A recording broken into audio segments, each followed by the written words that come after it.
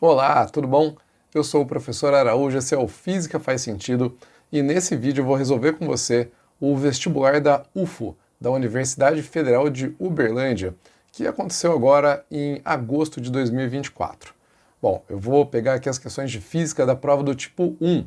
O gabarito já saiu também, então o lance é a gente conferir aqui a resolução, por que a gente tem as respostas que foram dadas pela universidade. Bom, vamos começar aqui pela questão 17, a primeira questão de física, que é uma questão de mecânica, onde a gente tem que aplicar as leis de Newton. O que ela fala para a gente? Um sistema de engrenagens emprega um bloco e que é acoplado a uma carga por meio de um cabo com massa desprezível que passa por uma roldana cujo atrito é desconsiderado. A massa do bloco é 200 kg e o coeficiente de atrito entre ele e o piso é 0,1. Assumindo que a gravidade vale 10 metros por segundo ao quadrado, quando uma carga de 50 kg desce de modo acelerado, a força de tração a que o cabo está sujeito é de quantos newtons? Bom, vamos lá, vamos pensar primeiro aqui nas forças. Quais forças que existem aqui nessa situação? Olhando para o bloco que está sobre o plano, a gente tem o peso dele para baixo, temos a normal para cima, a força de tração puxando ele para a direita, e como ele disse que tem atrito, a gente tem o atrito também, contrário a esse escorregamento, nossa famosa FAT. Já na carga, a gente tem o peso dela para baixo, então está aqui o peso da carga para baixo, e temos a tração para cima. E a gente já pode calcular algumas dessas forças aqui de forma direta, né? Por exemplo, o peso do bloco aqui eu vou chamar de PB, né, para a gente distinguir melhor. Peso é sempre massa vezes gravidade. Então, o peso do bloco é igual à massa do bloco vezes a gravidade, o que vai dar 200 quilos. Está aqui a nossa massa de 200 quilos,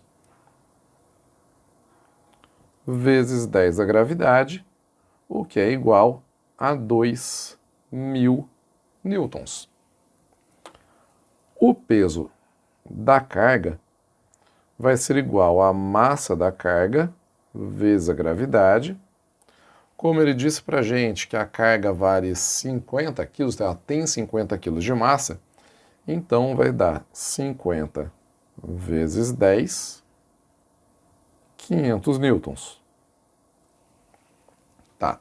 Como o bloco que está em cima do plano, ele não vai ter uma aceleração na vertical, nem para cima nem para baixo, eu posso dizer que a normal sobre esse bloco é igual ao peso. As forças na vertical têm que se cancelar, têm que se equilibrar. Então já sei também que a força normal é igual ao peso do bloco, ou seja, 2.000 newtons. E sabendo a normal, eu posso calcular a força de atrito. Como ele pediu numa situação em que os blocos estão acelerando, esse atrito vai ser o atrito cinético ou atrito dinâmico. Essa força de atrito é sempre igual a μ, que é o coeficiente de atrito, multiplicado pela normal. Nesse caso, eu tenho aqui 0,1, que ele deu, está aqui, vou até grifar para a gente, 0,1 é o coeficiente de atrito, e a normal eu acabei de encontrar, 2.000 newtons, o que significa que essa força de atrito é igual a 200, né? 200 newtons. E aí eu já conheço agora várias forças que estão atuando nesse problema. Em seguida, né, como a única força que falta para mim é a atração, eu vou usar a segunda lei de Newton, princípio fundamental da dinâmica. Eu sei que a força resultante sobre um corpo é igual à massa dele vezes a aceleração. E como os dois corpos estão amarrados por uma corda inextensível, a gente sabe que eles têm que ter a mesma aceleração. Olhando para o bloco primeiro, vou colocar aqui B do bloco, a força resultante sobre ele vai ser quem? Normal e peso já se cancelaram, eles se equilibraram, E aí você tem a tração puxando para a direita e a força de atrito puxando para a esquerda. Como eu sei que esse bloco vai se mover para a direita, acelerar para a direita, a força resultante é a tração menos a força de atrito, que é igual à massa do bloco vezes a aceleração. Olhando para a carga, a força resultante, como eu só tenho peso para baixo e tração para cima, cuidado para não dizer que elas são iguais, hein? Porque se as duas forem iguais, a resultante da carga da zero ela não teria aceleração. Então, a resultante sobre a carga é o peso dela menos a tração, que é igual à massa da carga vezes a aceleração. E aí o que a gente faz agora? Para achar uma equação única para o sistema, a gente soma essas duas equações termo a termo.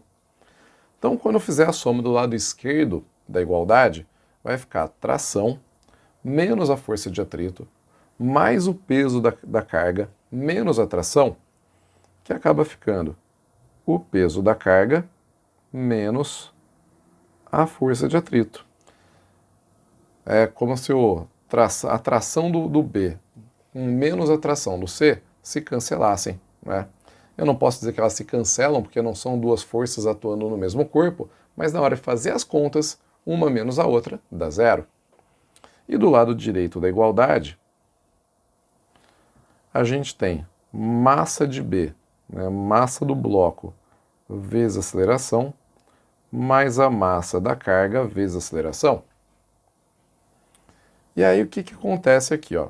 O peso da carga, a gente sabe. Peso da carga, eu acabei de calcular aqui em cima, é de 500 newtons. A força de atrito a gente também calculou. E ela vale 200 newtons.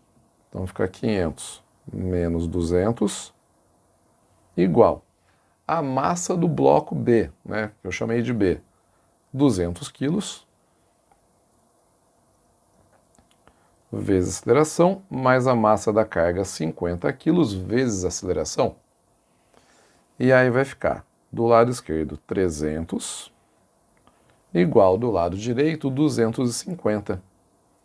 250 vezes a aceleração. E aí, se eu dividir todo mundo por 250, eu encontro essa aceleração igual a 300 dividido por 250, que é 1,2 metros por segundo ao quadrado. Agora que eu sei essa aceleração, 1,2 metros por segundo ao quadrado, vamos lembrar, a gente quer achar a tração, né? Eu só preciso pegar essa aceleração e substituir numa das duas equações que eu já escrevi, ou do bloco ou da carga. Como eu quero saber a tração, eu acho que fica mais fácil substituir aqui, ó, na equação do bloco. Então, eu vou reescrever a equação, ó, vai ficar tração menos a força de atrito, 200, igual a massa do bloco, 200, vezes a aceleração que eu acabei de encontrar, 1,2. 200 vezes 1,2 dá 240. E aí esse 200 do lado esquerdo vai somando para o lado direito e a gente encontra a tração igual a 440 newtons. Olha que maravilha! Resolvemos o primeiro exercício. Não é um exercício simples, é um exercício, né, elaborado, que tem mais de uma etapa. Tem que primeiro achar a aceleração para depois achar a tração. Merece um sorriso quando a gente resolve, né? E temos qual alternativa? A alternativa C. Então tá aí, a alternativa C, feita a questão 17 da prova do tipo 1. Legal, né? E aí? De boa? Tá acompanhando? Bom, se curtiu, dá aqui aquele joinha, compartilha o vídeo com seus amigos que fizeram a prova também, que estão estudando para o próximo vestibular. Já sabe, né? Dá aquela fortalecida no nosso trabalho. O 18, que é o segundo exercício aqui da prova de física, fala que a unidade cavalo-vapor CV foi criada por James Watt, que aperfeiçoou a máquina a vapor, bastante empregada na Revolução Industrial. Para calcular o esforço de quantos cavalos correspondia à máquina por ele criada, Watt avaliou que um animal conseguia erguer, em 1 segundo, uma carga de 75 kgf, quilograma-força é o nome disso aí, a altura de 1 metro. Qual a correspondência aproximada em watts, da potência do cavalo a qual o inventor atribuiu o valor de 1 CV, 1 cavalo-vapor? Bom, vamos pensar aqui, potência. Na mecânica, a gente pode dizer que a potência ela é igual ao trabalho realizado dividido pelo tempo. Trabalho realizado dividido pelo tempo. E o trabalho a gente pode calcular, no caso aqui, pensando numa força constante, pela força multiplicada pelo deslocamento. Então fica força vezes deslocamento dividido pelo tempo. Usando os dados agora que ele passou para a gente, vamos lá. Força que o cavalo faz. Ele conseguiu levantar uma carga de 75 kg-força. 75 kgf. Mas cada quilograma-força vale, de acordo com ele, 9,8 newtons. Então eu vou colocar aqui, 75 vezes 9,8 para chegar na força. Multiplicado pelo deslocamento. Ele falou que o cavalo era capaz de erguer essa carga a uma altura de 1 metro. Então aqui eu multiplico por 1 e divido pelo tempo. Em quanto tempo que o cavalo faz esse trabalho? Segundo o enunciado, 1 segundo. E aí você tem 75 vezes 9,8. Vamos pensar aqui, se ele já falou para a gente de valor aproximado, Então, falando de aproximado. 9,8 é praticamente 10, é quase 10. 75 vezes 10 daria 750. Como 9,8 é um pouquinho menor do que 10, quer dizer que o resultado tem que ser um pouco menor que 750. E aí, meus amigos e minhas amigas, só temos uma alternativa possível. Essa potência é de aproximadamente 735 watts. O que está na alternativa A? Maravilha. Belezinha esse, Um pouco mais simples que o primeiro, um pouco mais direto do que o primeiro exercício que a gente fez. E aí, entendeu? Tranquilo? Mandou bem? Acertou esse na prova? Espero que sim. Já vamos aqui para o 19, o terceiro exercício da prova, sem perder tempo. Esse aqui é de ondulatória, reflexão e refração de ondas numa corda. Duas crianças amarram 2 pedaços de corda de espessuras distintas e brincam de criar ondas. O menino A gera um pulso na corda que propaga até o garoto B, que mantém sua extremidade fixa conforme representado no esquema a seguir. Após o pulso atingir a junção entre a corda grossa e a fina, do ponto de vista qualitativo, qual será o comportamento que a onda passa a adquirir em ambas as cordas? Galera, aqui você tem uma mudança do meio de propagação, de uma corda mais fina para uma corda mais grossa. A gente diz que isso aí é uma refração, Toda vez que a onda passa de um meio para o outro, de uma corda para outra, ela passa sem sofrer a chamada inversão de fase. Você vai falar, Araújo, o que é inversão de fase? Inversão de fase é quando você gera um pulso com o formato de uma crista e ele retorna ou passa para o outro meio com o formato de um vale. Na refração, você nunca tem inversão de fase. E aí, se você olhar, existe a alternativa A, que não mostra nenhum pulso refratado, como se o pulso não conseguisse passar para a corda mais grossa, o que está errado. E nas outras 3 alternativas, as 3 ondas passaram sem inversão de fase. Então, essa aqui está correta, essa também está correta, do ponto de vista da refração, que é a passagem de uma corda para outra. Agora, e a reflexão? Quando uma onda chega na separação entre dois meios, além da refração, também tem a reflexão. E aí a gente tem que saber que em duas cordas, uma junção de cordas, quando a onda vai tentar passar da corda mais fina para a corda mais grossa, da menos densa para a mais densa, a parte refletida sempre vai sofrer uma inversão de fase. Então, como o pulso gerado pelo menino da esquerda tinha o formato de uma crista, ele tem que retornar no formato de um vale, com a fase invertida. Então pode ver que o B ele está errado porque não tem impulso refletido e sempre vai existir uma reflexão. O C está errado porque a gente tem uma reflexão sem inversão de fase e o único correto do ponto de vista da reflexão é esse aqui, é o item D. Legal? Então chegamos na resposta, alternativa D, mais um sorriso. Terceiro exercício resolvido. Espero que você tenha entendido tudo e tenha acertado na prova também. Legal, vamos agora então para o exercício 20 aqui. O 20 de ótica geométrica, na minha opinião, um dos mais confusos, difíceis de entender de forma geral. Ele vai tratar do assunto de sombra e penumbra e fala assim, ó. A figura a seguir traz duas fotos, 1 e 2, da sombra de uma pessoa que está exposta à luz solar e se movimenta em relação a uma parede. Em cada uma, o indivíduo se encontra a diferentes distâncias da parede onde a sombra é projetada.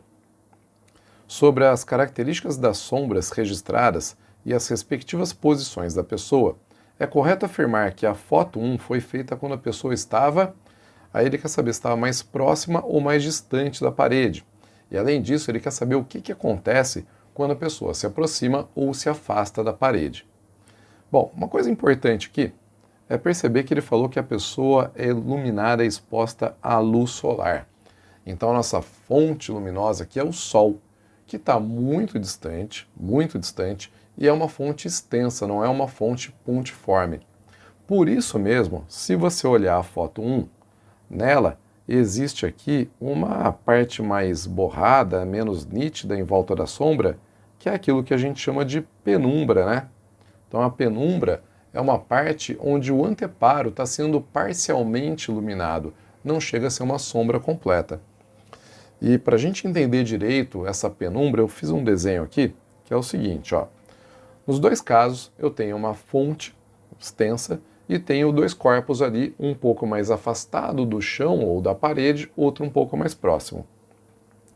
Para a gente determinar a sombra e a penumbra, a gente tem que pegar as duas extremidades dessa fonte, uma na direita, outra na esquerda, fazendo aqui pontinhos vermelhos e verdes, e aí, a partir dessas extremidades, você traça segmentos de reta, raios luminosos, que passam pelas bordas do corpo opaco que gera a sombra.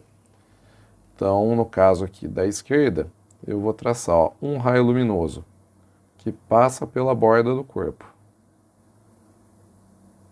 Vai direitinho, pronto, pela borda direita. E outro que sai lá da extremidade da fonte e passa aqui pela borda da esquerda. Vai, raio, pronto. Vou fazer a mesma coisa já aqui no outro objeto. Então, vou traçar aqui, ó, um que passa por uma das bordas e outro segmento que passa por essa bordinha aqui. E agora, usando aqui uma canetinha verde, eu vou fazer a mesma coisa a partir da outra extremidade. Tracei um primeiro segmento, tracei o segundo, e agora o desenho da direita, tracei um primeiro segmento,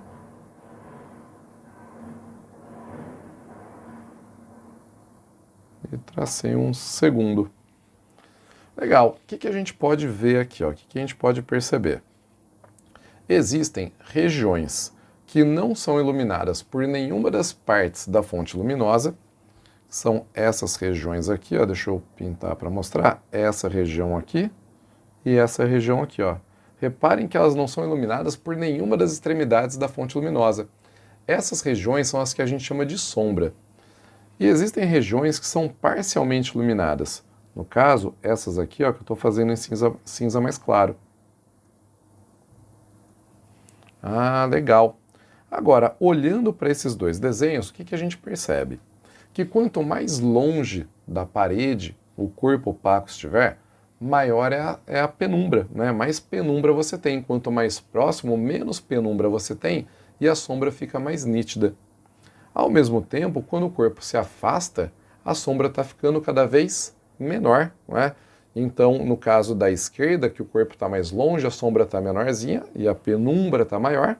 Já no caso da direita, a sombra está maior, preenchendo quase todo todo o preenchimento ali da sombra, né? Que é a sombra mais a penumbra. Então, olhando as alternativas, a única correta só pode ser a alternativa B, não é?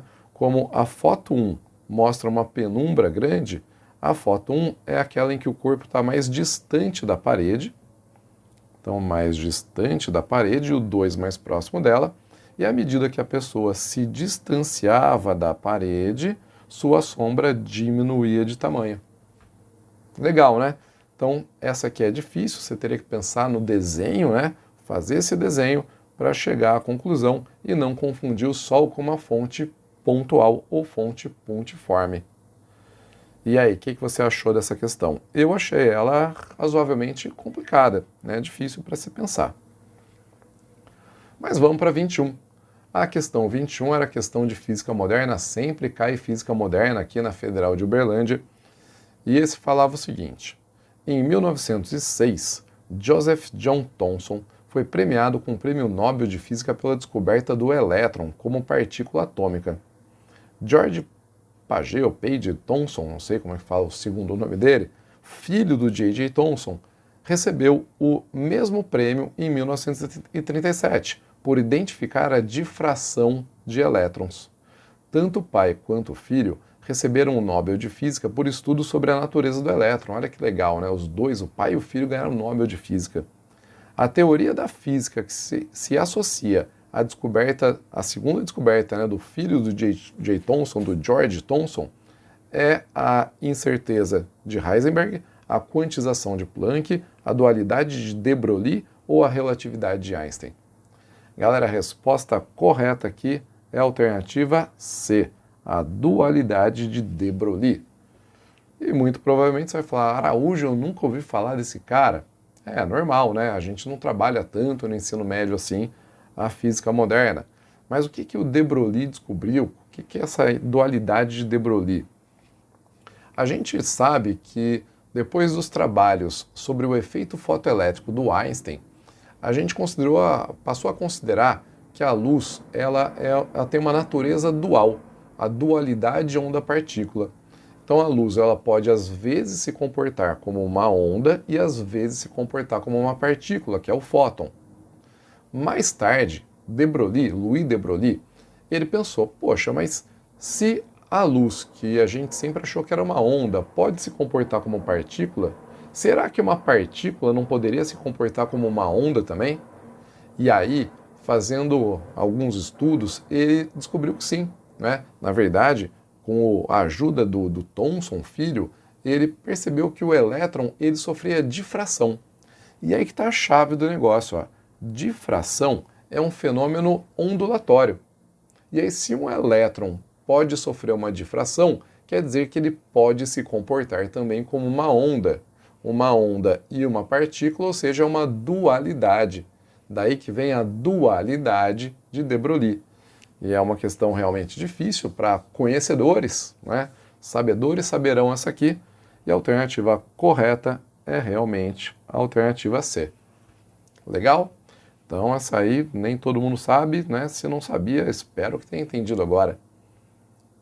Questão 22, magnetismo e indução magnética. Adoro, gosto muito de indução. Um estudante realiza um experimento no qual uma bobina é ligada a um circuito elétrico que, por sua vez, é conectada a uma tomada residencial comum. Ó, isso aqui é a chave. Tomada residencial comum. Essa é a chave para o exercício. Próximo a uma das extremidades da bobina, ele coloca uma espira com um amperímetro capaz de indicar diversas propriedades da corrente. A figura representa o experimento montado. Então você tem aqui a espira, a bobina ligada na tomada residencial comum e um resistorzinho aqui, né? O amperímetro está aqui embaixo. Qual o comportamento registrado pelo amperímetro? Tá, o que acontece? A tomada vai gerar aqui uma corrente que passa pela bobina, passando pela bobina, produz um campo magnético que, ao atravessar a espira e variando com o tempo, gera na espira uma corrente induzida. Então, você tem aqui a indução de uma corrente, certo? Na bobina. Acontece que a gente sabe da indução que a corrente ela é produzida não pelo campo magnético em si, mas pela variação do campo magnético. E é aí que entra a tomada residencial. Pessoal, na nossa casa, a corrente da tomada é a chamada corrente alternada. Então, se eu fizer um gráfico da corrente em função do tempo, eu vou encontrar algo assim, ó, uma senoide. O que quer dizer que a corrente varia de intensidade e sentido ao longo do tempo. Em alguns instantes, a corrente está aumentando a intensidade, em outros está diminuindo. Em alguns instantes, ela está indo para um lado, em outros instantes está indo para o outro. E essa alternância da variação da corrente e do campo magnético que ela produz, porque essa corrente vai produzir um campo que também vai variar com o tempo, produz uma alternância, uma variação do sentido da corrente induzida. E aí, a corrente induzida na bobina, ali como que ele chamou? Na espira, também vai ser uma corrente alternada, que significa que o sentido fica mudando ao longo do tempo. Olhando agora as alternativas, qual comportamento foi registrado pelo amperímetro? Foi a constância do sentido da corrente? Não, de jeito nenhum, porque a corrente mudava de sentido, já que lá no lado direito a gente tinha uma corrente alternada. Então A está fora. B, a ausência da corrente? Também não. Se fosse corrente contínua na bobina da direita, não teria corrente no amperímetro. Mas como é uma corrente alternada, tem corrente. C, intermitência da corrente e D, alternância do sentido da corrente. Muita gente com certeza confundiu essa palavra aí, né, intermitência. O que significa intermitência? Significa liga, desliga, liga, desliga. Tem corrente? Não tem. Tem corrente? Não tem. E na prática não é isso que acontece. Você vai ter corrente o tempo todo, variando a intensidade, variando o sentido. Então você tem uma alternância do sentido da corrente. Alternativa D. Beleza? Legalzinho? Então temos aí o 22 feito. Vamos para o 23. Esse aqui de termodinâmica. Ó, um estudante projeta um experimento no qual se colocam dois copos iguais com a mesma quantidade de água no interior de uma caixa de capacidade térmica desprezível, isolado do ambiente. Um copo está com água fria a 10 graus Celsius e o outro com água quente a 80 graus. O estudante afirma que após decorridos alguns instantes, o copo com água fria baixará sua temperatura para 5 graus e o copo com água quente aumentará sua temperatura para 85 graus. A ideia do estudante está o quê? Certa ou errada? Bom, espero que você não tenha falado que está certa, né? Porque a tendência dos corpos é chegar ao equilíbrio térmico. Então os corpos não tendem a aumentar a diferença de temperaturas. Você tem a passagem de calor do corpo mais quente para o corpo mais frio com a finalidade de igualar as temperaturas. Então, a ideia do estudante está muito errada, não pode estar certa. Ou é a alternativa A ou a alternativa D. E aí você tem a justificativa, né? Pois contraria a segunda lei da termodinâmica ou pois contraria o equivalente mecânico da caloria.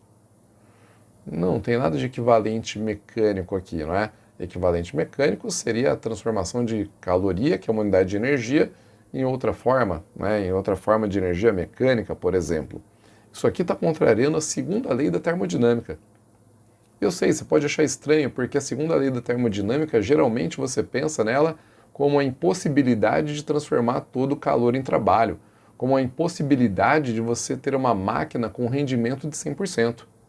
Mas, na verdade, uma das interpretações da segunda lei da termodinâmica é de que o calor não pode fluir de forma espontânea de um corpo mais frio para o corpo mais quente. Sempre vai do corpo mais quente para o corpo mais frio.